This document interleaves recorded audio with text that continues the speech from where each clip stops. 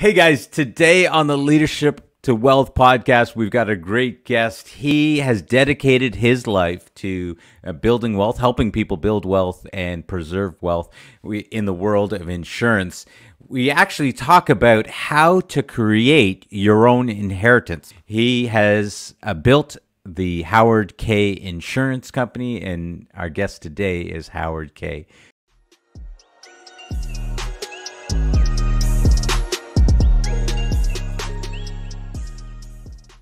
All right, welcome to the Leadership to Wealth podcast. Guys, today's show, we've got Howard Kaye. Howard, great to have you on today. Thanks for having me. It's good to be here. Well, Howard, you know, you've basically spent a lifetime in insurance. I mean, it's been there. You spent your whole life there, really. And here on the show, we love to talk about shortcutting the learning curve to building wealth. And insurance is one of those things that people sort of have a hard time with. How in the world do I get to use that to my benefit? Because really it sounds like the only benefit to having life insurance is when I die. I don't understand. Help me understand where life insurance fits in. Sure.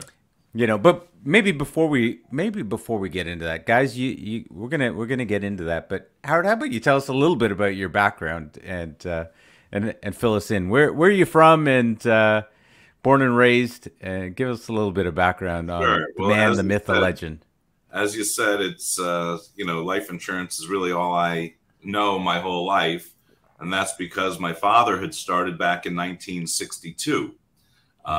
He was new into the business. He actually had a very successful radio career as a DJ, disc jockey. And to make a long story short, he was with NBC. And when they took all the top jockeys, when Jack Parr retired from The Tonight Show, he was up for it and Johnny Carson got it. So he left radio, went into the stock market, and quickly lost everything he had ever made. And someone gave him a job selling life insurance for a couple $100 a week. And so he took it. And that year he broke all records and started his own agency the next year. Now, at that point, I wasn't even born yet. I was born in '65. We lived out in Los Angeles, California. So that's where I was raised. And just as a little boy, all I ever heard at the dinner table was life insurance. And my father was the type of man that he was just so infectious. It was contagious, you know, and that's the first thing with whatever you're doing, the passion that you have within your space. And to me, there was just no other way to go. Like, how could I not want to be a life insurance salesperson? It's funny when we do seminars, I know I say to the audience who are typically older people, and I'll say, how many of you had children that ever raised their hand at the table and said, I want to be a life insurance salesman when I grow up? Well, that was me. Not many people do that. But that's great. This is what this man instilled in me. And I learned that, sure, if you take life insurance the traditional route of what you've been exposed to your whole life, you look at life insurance as a form of protection. And everyone wants to spend the least amount of money and get as much as they can. And typically when you're younger, you buy term insurance, and you're not thinking of it as a wealth building tool at all. It's just, God forbid I pass away, I want my spouse and my children protected. So you buy life insurance. But it's funny, the mindset of younger people, because I'm talking about, $1 million of 20-year term, meaning it's guaranteed for 20 years, could be $500 or $600 a year. And my son is new into the business. He's 27, and he'll tell me how people will say to him, we have to think about this. It's a big move. And I'm thinking to myself, you guys will lose $600-700 in a poker game. You'll go out to dinner and spend, but you have to question whether you should have life insurance. Now, interestingly, you have car insurance, right? Because it's mandatory. You have homeowners insurance because you got to protect your house. Why wouldn't you want to protect your life? So, that's the first part of how people see life insurance. But we actually took it a completely different way. We wanted to utilize life insurance as a way to create huge wealth for families. So really how we started with this was way back into the 80s talking about estate planning. And for wealthier families, there was a big estate tax when you pass away. The government was going to take 55% of everything you worked for during your entire lifetime. Yeah. So our approach was to utilize life insurance as a way to offset those estate taxes. Okay. Well, from there, I realized that typically the structure is the parents would set up a trust outside the estate and put the kids as beneficiaries of the trust. The trust buys the life insurance. And now when the parents pass away, there's all this money that goes from the trust. Whether they use it to pay the estate tax, whether they use it to go buy a home, that's up to them. Okay. Right. And then I realized, well, wait a minute. If the parents are buying this for the kids for the specific purpose of estate planning, what if I, as the child, said, hey, mom and dad, can I take some of my savings that I accumulate each year and buy a policy on you guys? Same type of insurance you just bought for us, but instead of you having the financial burden, we'll have the financial burden, the kids.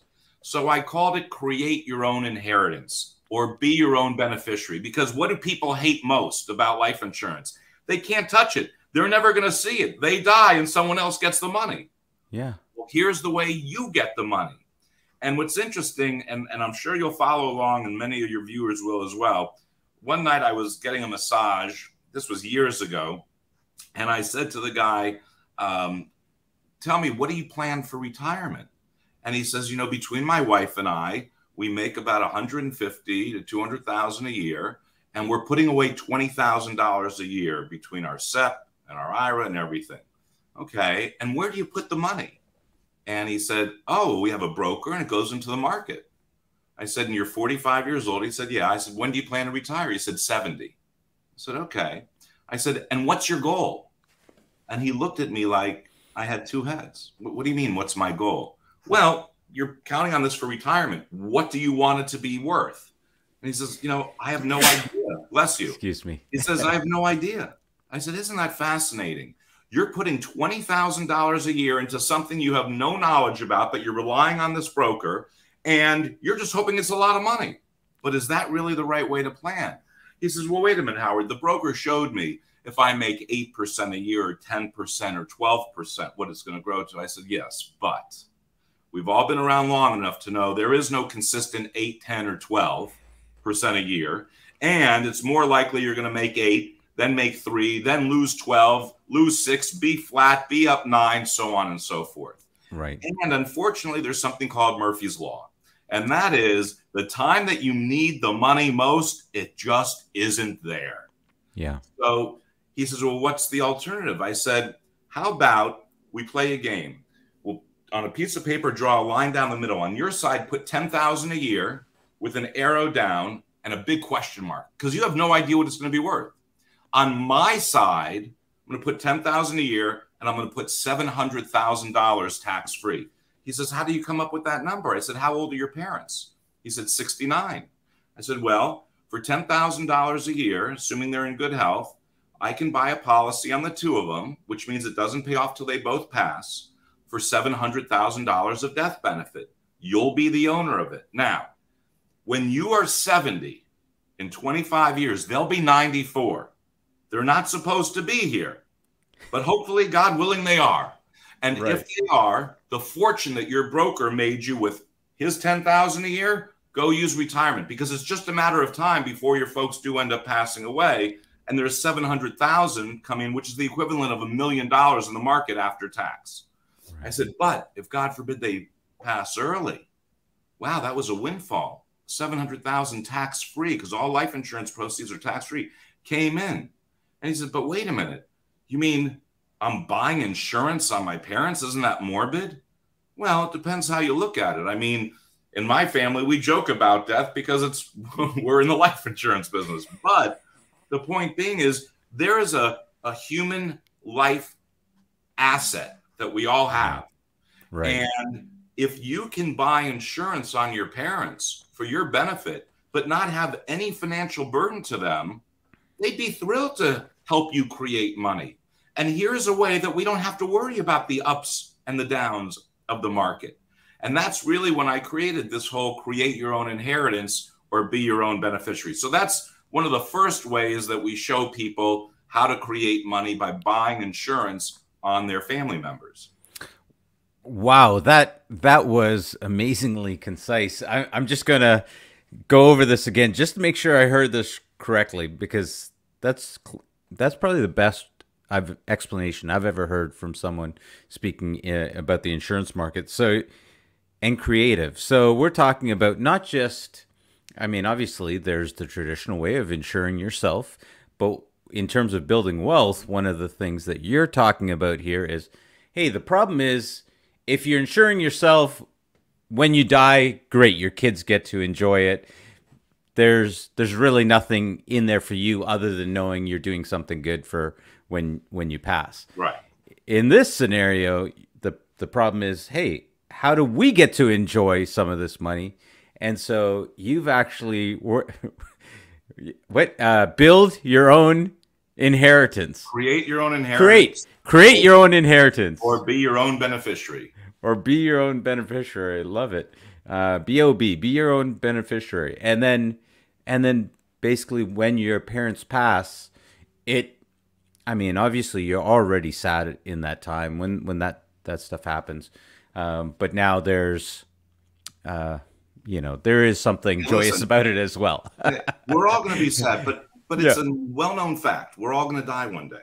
Yeah, that's right. That's right. And, people can sit and say and be judgmental and say, well, it's such a morbid thing, or you're trying to profit off of their death. No, it's not that I'm trying to profit, but I guarantee you, when you go to your mailbox and there's a check in there, you ain't saying, I'm going to send it back to the insurance company because I don't want to profit from the death. I had a friend of mine some years ago, and we bought insurance on his mom, and it took him a while to understand. He just couldn't grasp it, but we did it. And then she did pass away, and he calls me up. He says, Howie, I got a check for $3 million. He says it was the largest single check I've ever received in my life. And it's all a result of the insurance. He said, so whatever, crap I gave you early on, thank you, because it just makes such a difference in my life. Right. So, there is the psychological aspect, but again, and it's a tough conversation for a lot of people to have with their parents. Right. But that's the nut and bolts of it. But if you're a parent yourself, it should really make sense in a lot of ways, because you would be more than happy to do something like that so that your kids can have some money the same way, right? I will tell you that with all the insurance that my parents bought for my brother and sister and I had said to him years back, he was buying another policy for charity to leave money to a charitable organization. And at the end, something pissed him off about the organization. See, I'm not buying it. I said, well, Dad, are you still going to buy the policy? Buy it for the three of us. And he said, no, we've got enough insurance. And I turned around, I looked at him, I said, well, do you mind if we buy it on you? And he looked at me like, why would you do that? I'm like, Dad, because this is what you've taught me my whole life. Life insurance is so good. He goes, yeah, but you're buying it on me. I said, but is it any different than the policies that you bought on you for our benefit that you paid for? It's the same policy, only we're going to pay for it. You don't have to pay for it. And it took him a minute, and he said, you're right. I just had the same reaction that everybody else always has, but you're right. What's the difference? I don't have to pay for it. And if we got it available, take it. Sure, be my guest. Yeah. So, but it is a tough conversation. Yeah. Yeah, it's definitely out of the box for, mainstream culture, shall we say, or society, but it's definitely a very creative way to go about being able to create some wealth. So now what I'm really curious about is what I'm really curious about is, why isn't this done more, talked about more? I mean, you would think that, I think that it would just make sense to talk about it from this perspective more often. But for some reason, that's not really talked about in mainstream. Is it the type of policy? No, same type of universal life or whole life of permanent policy. It's Yeah. just, your information is only as good as the person that's supplying it, Yeah, that's right. You were right. right? Yes. So, I can't help that my mind works in certain creative ways. Now, the insurance companies don't love the idea from the standpoint of you're trying to buy life insurance to profit, but they limit it. So, in other words, if you had parents that only had $200,000 in net worth, I can't buy $1 million policy. Okay. But if they're worth $1 million or two or five, yeah, can I buy $1 million or two? Sure. So it Right. also, there's a lot of the financial underwriting that goes along with it. Now, Right. another way that many people aren't familiar with is the life settlement marketplace. And Yes, I heard you talk about this. I was watching some of your videos, and you were talking a little bit about it. Please share more about that. yeah, that's the secondary market where there are major hedge funds throughout the world that have allocated certain monies and towards this space. And what they do is they're basically purchasing your existing policy based on an arbitrage. And what that means is that when you buy insurance, let's say your preferred health, best health you can be, but now years go on and your health changes. Well, they then look at your medical records and determine what your life expectancy is based on your new declined health. But they're buying a policy that was rates are predicated on you being in superior health. So that's the arbitrage. So they figure out how much they're going to have to put into the policy, what they can afford to pay you up front, and at the end of the day, make the return that they want to do. And someone decides whether they want to do this or not. Now, this is really only once you hit 70 years of age. In some cases, you can do it in your 60s, and it's all permanent policies. But interestingly, we just had a gentleman who's in his mid 60s. He's had some major health changes, but he still has about a 20-year life expectancy. And he has $1 million term policy that he's paying somewhere around $6,000 a year for. He's only got 3 more years on the policy. He's had it for 7 years. And he says, I'm not going to convert it, meaning make it into permanent so I can keep it forever because it's going to cost me like $22,000 a year. I was just going to hold it for 3 more years. I said, well, you have the ability to convert it. We know you can't buy new insurance right now because of your health. We know that you don't want to spend the money on converting it to a permanent policy. But what if I could sell it? He says, how can you do that? Well, we're going to convert it to a permanent policy and have the funder buy it. Well, we got him an offer of $90,000. Now, remember, term insurance, it's worthless. There's no cash value. There's nothing. You get nothing. He's ready to be done with it. And all of a sudden, he just picked up $90,000, which is basically him doubling his money over the last 7 years. So he's thrilled. And that's the way somebody can get out of their policy. For older people that have large policies, I don't solicit the life settlement. In other words, trying to convince people to sell, because I think life insurance is great to have. Right. But there comes a point when someone's older and we can see what their life expectancies are. Does it make sense to take whatever you're offered, combined with the premiums you would have been paying, and based on your investment strategies, could you invest that money and at the end of that same period of time end up with the same death benefit? If mathematically you feel comfortable with that equation, then it makes sense to sell, So the life settlement offers a lot of different approaches. Also, one other thing, people that have policies that don't want to pay premiums anymore, but they still want to leave money to their family, they can sell the policy in the secondary market, but instead of taking cash, their family will get a percentage of the death benefit, but you never have to pay any more premiums. So that's another way companies will buy your policy. So it's a very interesting way to go. Wow.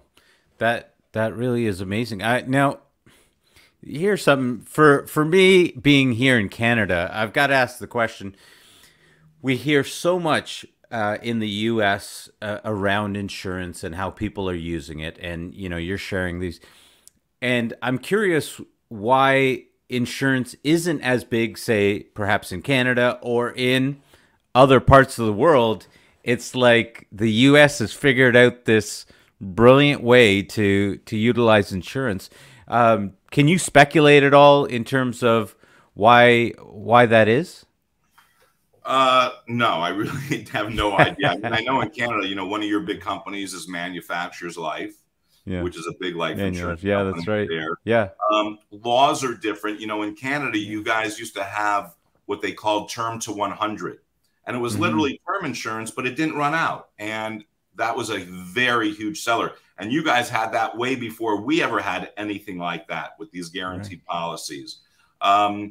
Many of the companies in the States aren't doing business in foreign countries. However, we are able to write on foreign nationals if someone has a residence or if there's a green card, something to that effect. And if they have assets in the States, then we can. But, you know, listen, all over the world, there are various insurance companies. I just have no idea how they're marketing to those people. But it seems that for the very high net worth, it's always available one way or the other because they'll make themselves, you know, accessible to it.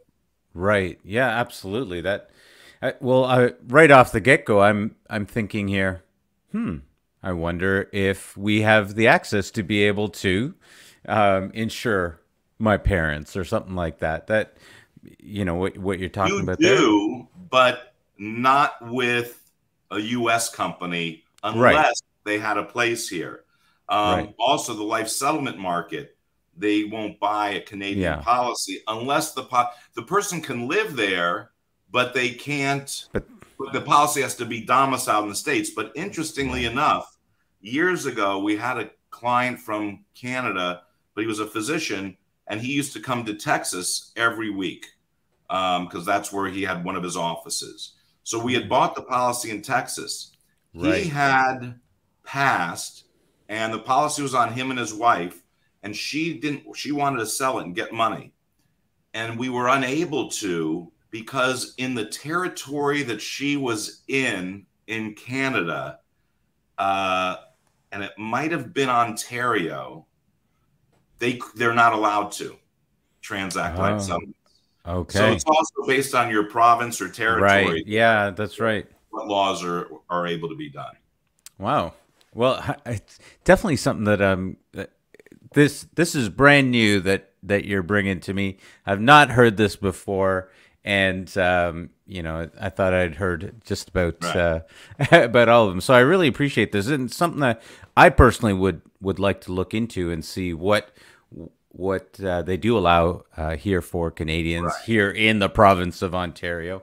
Now, for younger people, you know, we've created income producing types of products. Really? So, for example, and I don't know what they have up in Canada, but here they're called indexed universal life. Okay. Yes. So a universal life policy is a permanent policy. You pay a premium every year, and out of your premium, the insurance company deducts the cost of insurance charges and administrative charges. Okay. And then whatever's left over goes in your cash value. Well, that's where we're always trying to pay the least premium to get the most death benefit to have that leverage. These indexed universal life policies have a different approach. The approach is I want to buy the least amount of death benefit and I want to fund it with the most amount of money. And you say, why would I want to do that? Because of here in the States, the tax advantages that we get with life insurance. Right. I'm buying it for the strategy of income, but in order to get the tax-free benefits, I have to have it called life insurance. So as an example, somebody wants to put away money each month. So we just had a young gentleman, I think it was 45 years old or so, and he's putting away $1,500 a month, so $18,000 a year. And he wants to start taking income out at the age of 65.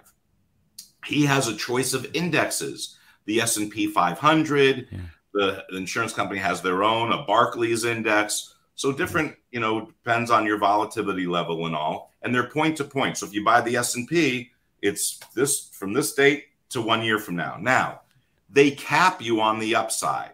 So there may be a Okay. 9 or a 10% cap. But on the Okay. downside, if the market goes down, your worst case is zero. You can't get Right. negative. Right. So that's the protection. So the idea is someone keeps paying this money. Now his death benefit is very small. It only came out to about $300,000 or so for that much premium. Why? Mhm. Because if I reduce the death benefit anymore, the U.S. would say this doesn't qualify as life insurance. As insurance, So right. you won't get the tax benefits. So we Right. buy what the minimum is now. What's the advantage? When he turns 65, based on what his returns have been, which he'll be able to see every year, he can now start taking money out of the policy. And how is he going to do that? He's going to do it through a loan process. Yes. Why a Yes. loan? Because with Yes. life insurance, you can take a loan and you don't pay tax. The only Right. thing he wants to make sure is never to cancel the policy. Because if you ever cancel in the future, the IRS will come back and say, oh, it doesn't exist anymore. You now owe us tax on all that money you took out. Right. But Right. if you die with the policy, you got no issue. So this Right. has been a great way for younger people to just diversify and say, okay, we do have monies in the markets, but here's maybe a safer way. I know I'm not going to make as much if the markets go crazy, but if the markets go bad, I'm not going to get hurt. And Mhm. here's a way that whether I want to take income for a certain number of years, whether I want to take a lump sum out at a certain age, that can all be done. And that's what we call the index universal life. Wow. Wow. A multitude. It's interesting that you're talking about that, because one of the things in our current environment with social media is you hear so many people going on talking about these different avenues, opportunities, and how you can utilize life insurance, especially in the States. And you guys are very creative. I would say to any of the listeners if you're in the U.S., you really need to reach out to Howard and his firm there and find out more about how you can capitalize on it. But one of the things, when you hear all of these different opportunities and strategies in social media, you're trying to just figure out, can this really work? Is this true? And then there's this overarching narrative when it comes to insurance. How do I know that they're actually going to pay and that there isn't some sort of loophole? Because everybody's heard of some loophole where then the insurance company didn't have to pay. How true is that? Or is that just like some old wives' tale, some urban legend that's out there? Yeah, basically.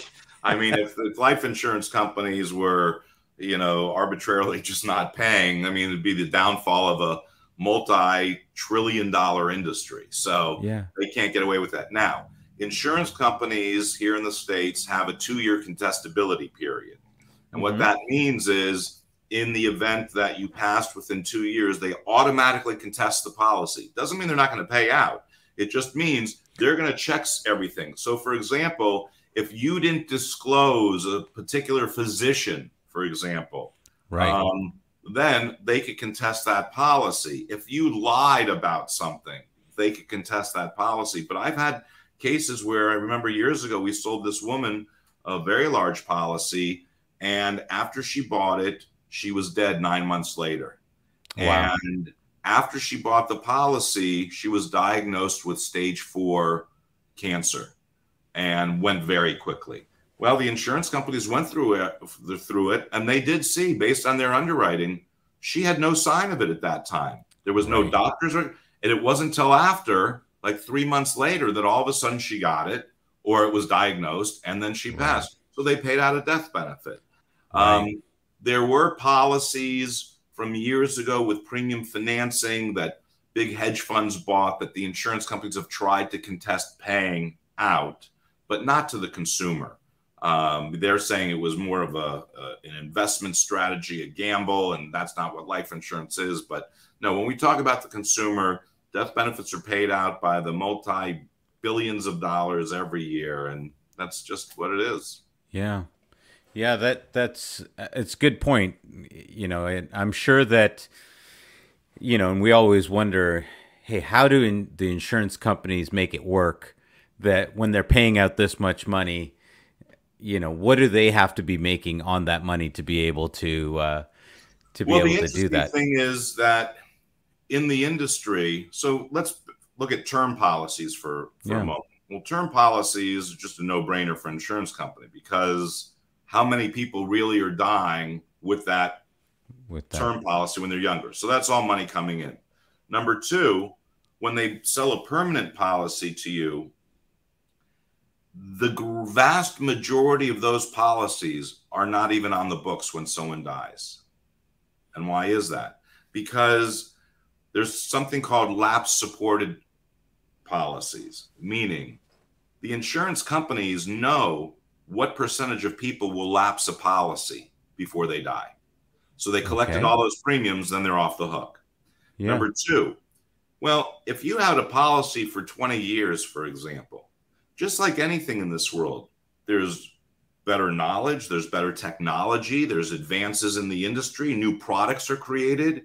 You know, in the old days, when I go back to the 60s and 70s, which would be for your younger people in the 1900s, you know, it was heresy to ever consider changing your life insurance policy to another company. It just wasn't done. You bought it, you held it. Well, we've come to find that many people bought insurance years ago that have no understanding of it. They've never really looked at it. They don't know how the assumptions are, if the policies are performing correctly. And quite often, even if you're 20 years older, we'll come in and show someone how to switch that policy to another company for tremendous savings. Well, when you do that, the original company is off the hook with the policy. So the percentage of policies that pay out compared to what are sold are much less than you would ever realize, just by the nature of human beings and what we do with switching and getting out and moving on. Wow, interesting, interesting.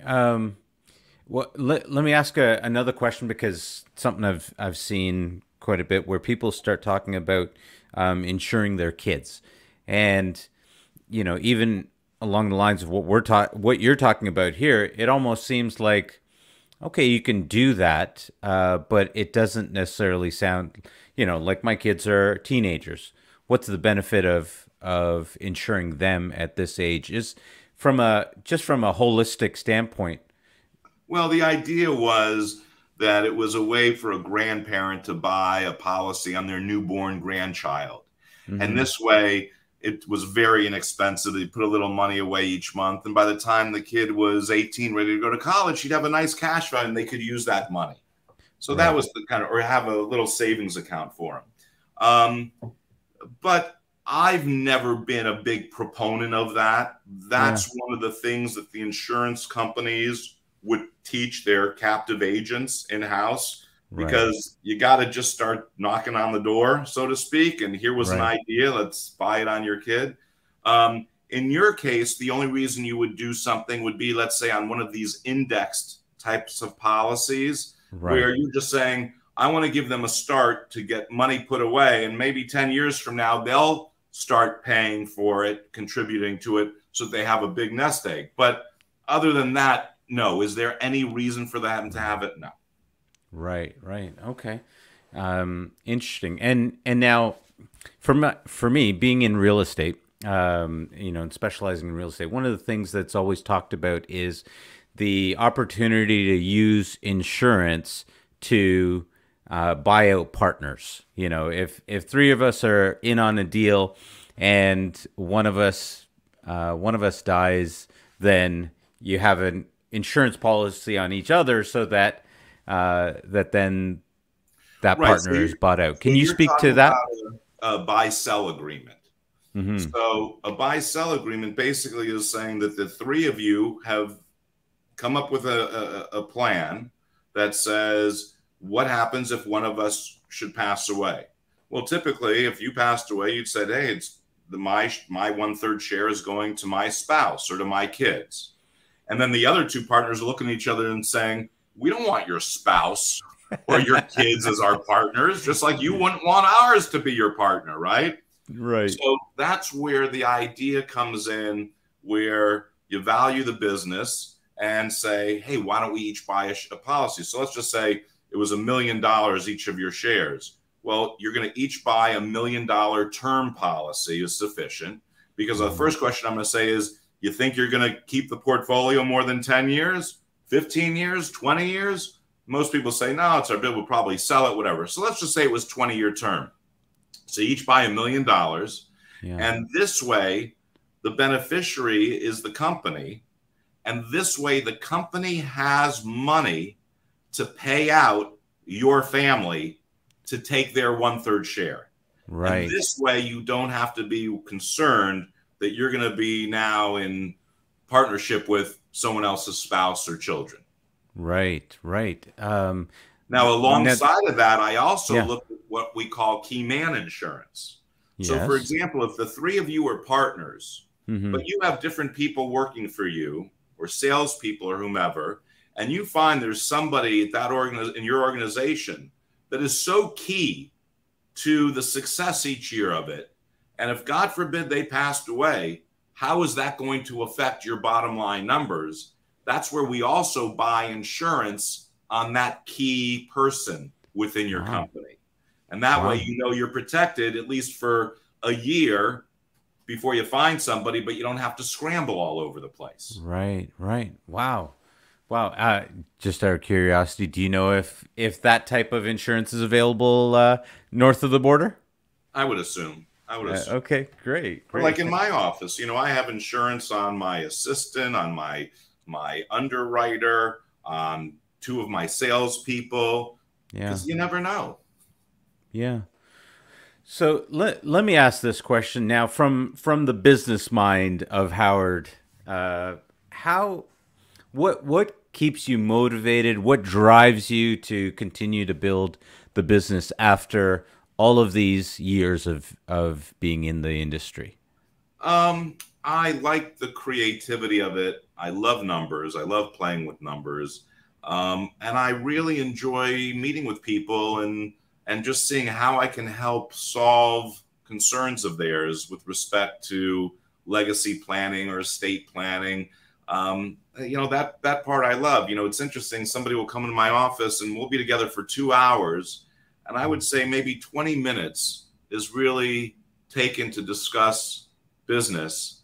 And the rest is just hearing about people's lives. And, you know, I always find that there's always a golden nugget in a conversation that you have with somebody. It's just pulling out those little nuggets. So I really enjoy meeting with people and just hearing about their life and then kind of massaging in what it is we do, if it's of interest to them, and then go from there. Yeah, absolutely. I appreciate that insight, because it's very much the same way for me when people are talking about how does real estate, private lending, or you guys refer to it as hard money lending, how does all of that stuff work in for someone? And being able to hear that is hear what they're trying to achieve, why they're trying to achieve it, is some of the real excitement there. And now I'm curious. And now I'm really curious about learning more on the insurance side and even seeing where there are synergies there. But let me ask this question: you started in as a family business, and have you continued to keep it as a family business, or have you expanded operations? And because you're very niche at the same time, so maybe you've chosen not to do that. Well, what direction have you taken the company? Started, he was a general agent with a big company in Worcester, Mass, called State Mutual of America, and then he probably had an organization with 100 agents in the office. So he had a big organization. My brother then joined in the early 70s. My sister, my mother was always hiring people, and then in the mid 80s. Basically realized that it doesn't make sense to be a general agent with just one company. I want to be able to go out to all companies, because no one company is right for everybody. So we became brokers. That's when I got into the business. And we always had maybe 10, 12 agents with us. And the way I got to Florida is we started doing a lot of national advertising back on CNBC and CNN and everything. And we would do seminars throughout the country. So we had 50 agents throughout the country that were sending us $2,000 a month that we put towards advertising. So back then we were spending $100,000 a month. I was getting 200 leads a day coming in on the phones, and then I'd ship them out to the agents in their respective areas.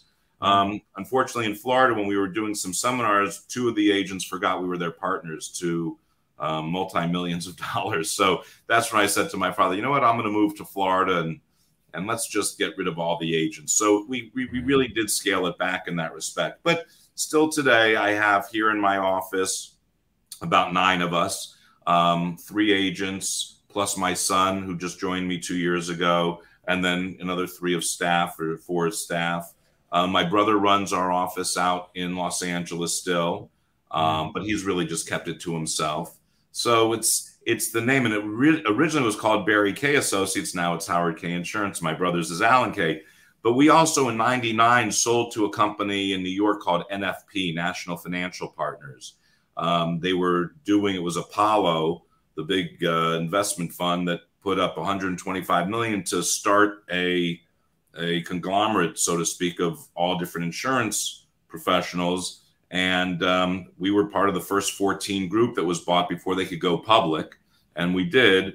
And then in 2011, the company really became so big that I always did a lot of marketing. And I used to have a show in Palm Beach on NBC, on PBS. And I wanted to interview our chairman.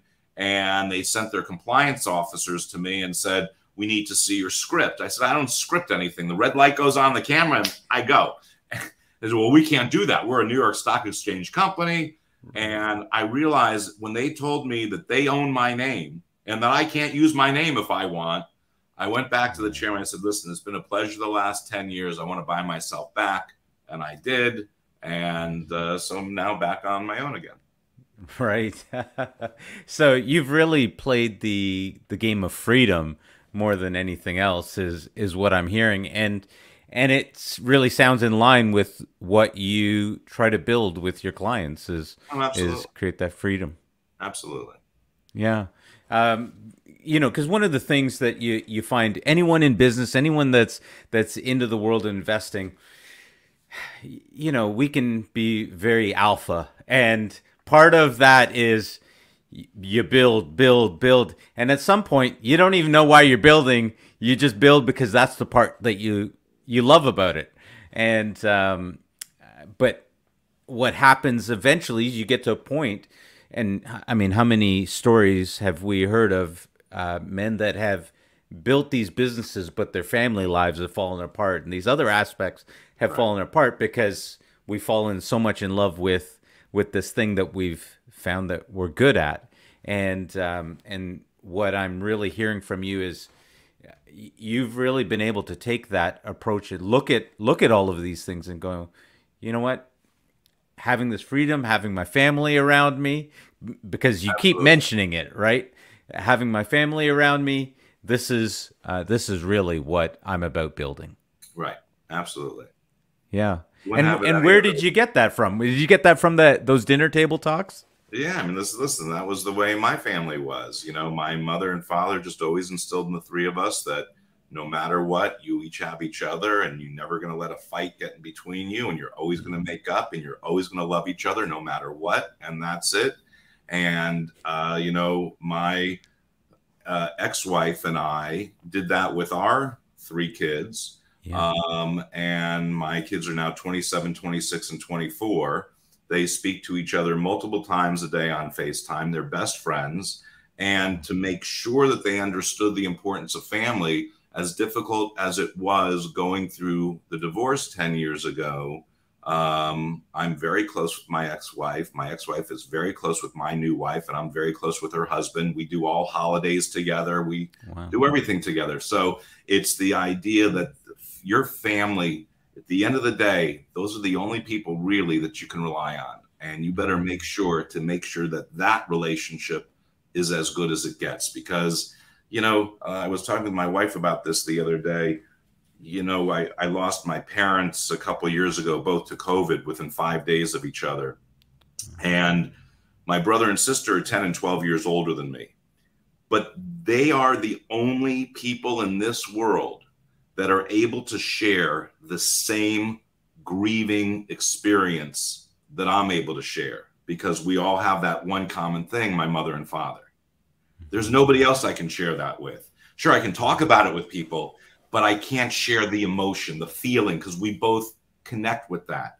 So there's certain things when you're family, and I see siblings that don't speak, and you wonder, like, for what? You really got so offended and you curse the person out, and then you're just not going to talk anymore? So that's just not what I come from. So family to me is the most important of all. Wow.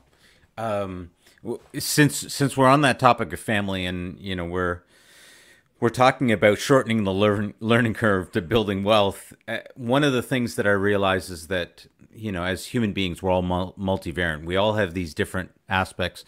Can you perhaps say something to what you learned through your relationship, and perhaps even the separation, the divorce, what you learned that you're able to then keep this family unit together even through that? Well, I just knew that when we were going through it, things get bitter, and but it was always a function of, you know, the kids are younger, and I am going to do the best that I can to not allow this to affect them. I already know just the sheer aspect of what was happening is affecting them, but it can't make it better if their parents are just sitting there fighting all the time. Yeah. So I just made that decision. That's the way it was going to be. And I spoke with my ex-wife about it. I said, this is how we're going to do it. And she knew it was right, because she came from the other type of family where this one doesn't talk to this and so on and so forth. She didn't want that for the kids.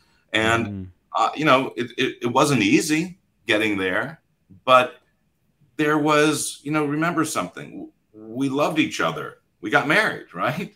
Yeah. That feelings are still there.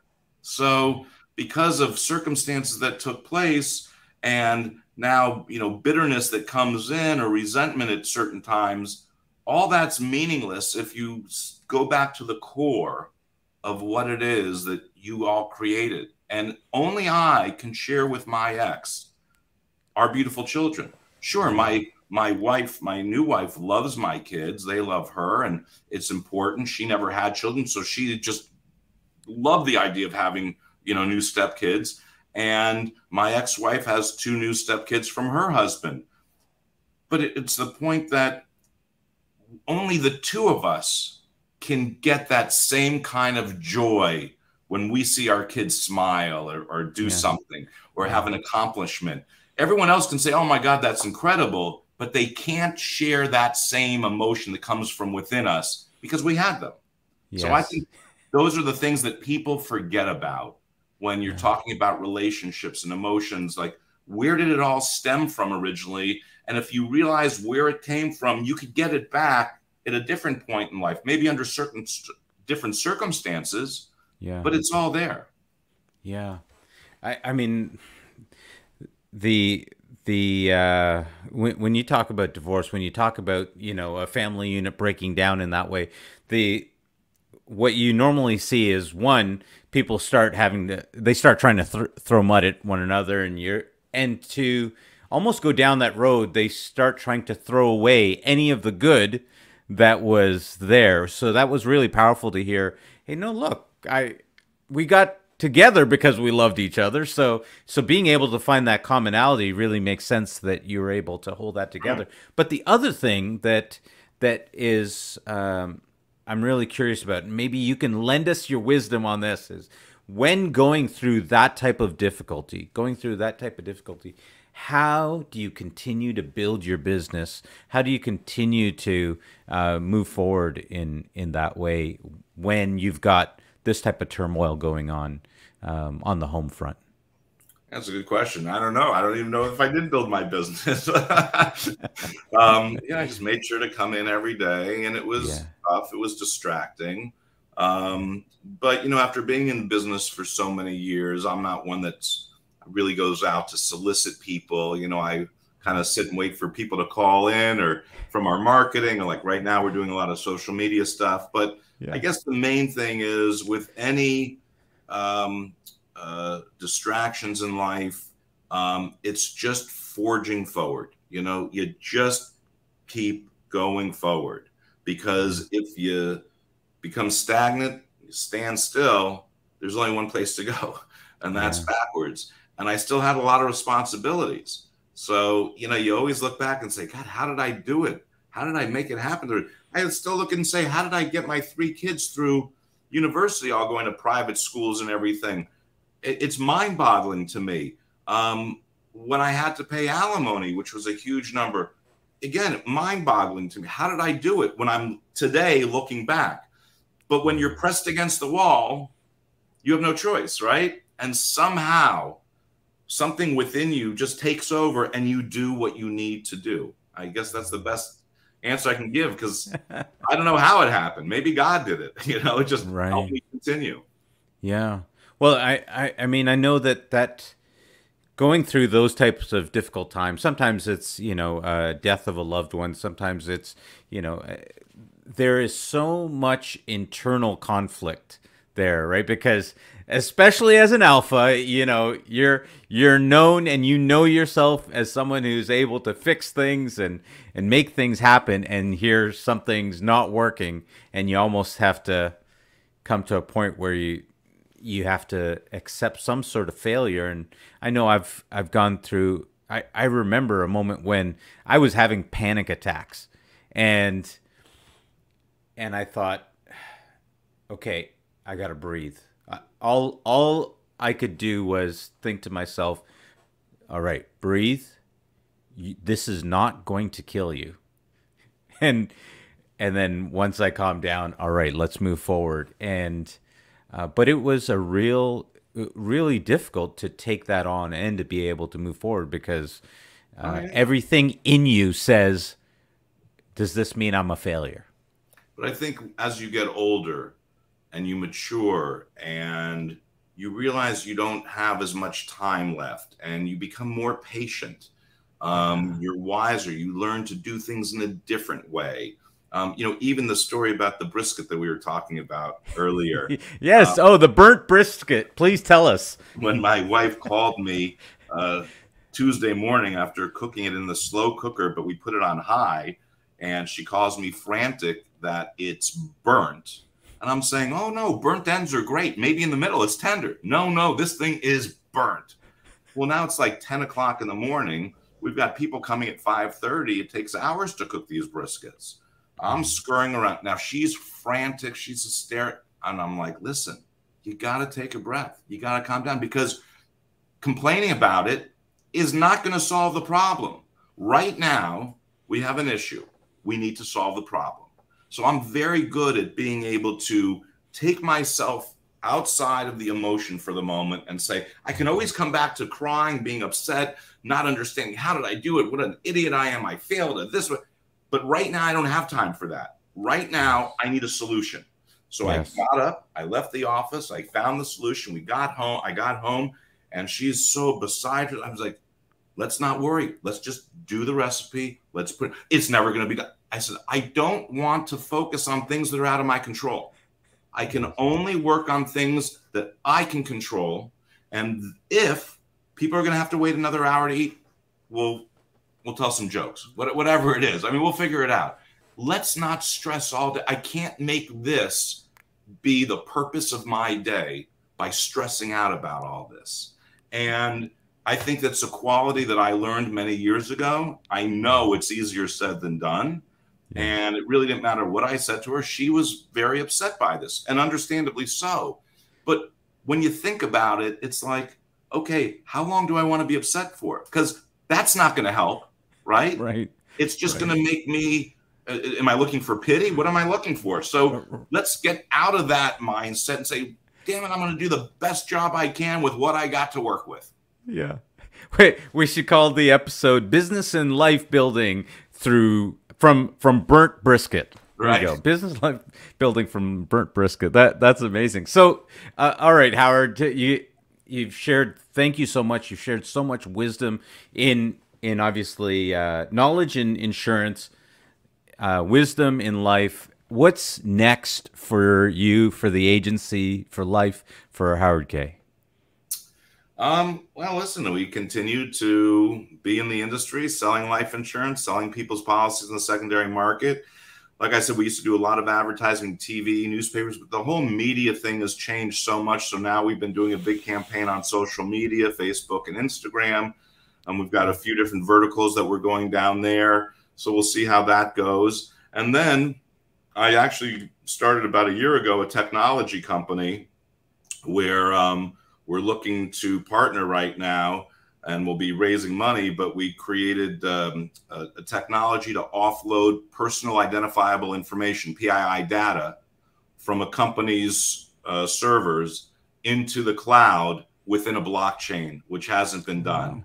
And we had IBM build it, and we're now going through a statement of work to have them build the rest of it and see if we partner with them or any of the other big companies out there. So that's been pretty exciting. Yeah, that sounds very exciting. Do you have a name for that company that we can keep an eye out for? Yeah, it's called Eposit Box. Eposit Box. Okay. Coin token coming to what's it called? An exchange. Oh, an exchange. Exchange soon. Okay, that's great. When do you expect to be able to launch that? Well, we're it's really just have to build the rest of it, but we're gonna have to raise money, so we're putting all that together right now to go about that. And someone's just gonna buy it, but we'll see what happens. Wow, brilliant. Okay, and Howard, if people want to get a hold of you, what's the best way, or where can they find you? Well, very easy. The easiest number people can reach me is 800-DIE-RICH. You'll never forget that number, DIERICH. The other number I have is 800-LIVE-RICH. You can get to me the same way, LIVERIC, just don't dial the H. So that's one way. They can also call 866-ASK-HOW and the letter K. So we've got all those spelled out, or howardkayinsurance.com, all spelled out. And we've got a tremendous website, lots of information on there. And we have some new downloadables that will be coming from the social media ads that we're doing that people can download. So yeah, very, very good. And like I said, lots of information.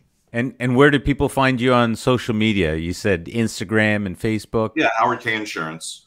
Howard Kaye Insurance. Great. Yeah. Well, really want to thank you for coming on the show today and sharing your wisdom, your knowledge. Really appreciate that. My pleasure. Thanks for having me, and we'll speak soon again. All right. Thank you very much, Howard. Guys, please go check out Howard and, take some notes. We're going to continue down this road of learning some more about insurance, and we'll keep you more in the loop for those of you here in Canada. But if you're already in the States, then obviously reach out to Howard and you can die rich or live rich. You got it. All right. Thanks a lot, Howard. Take care. Take care.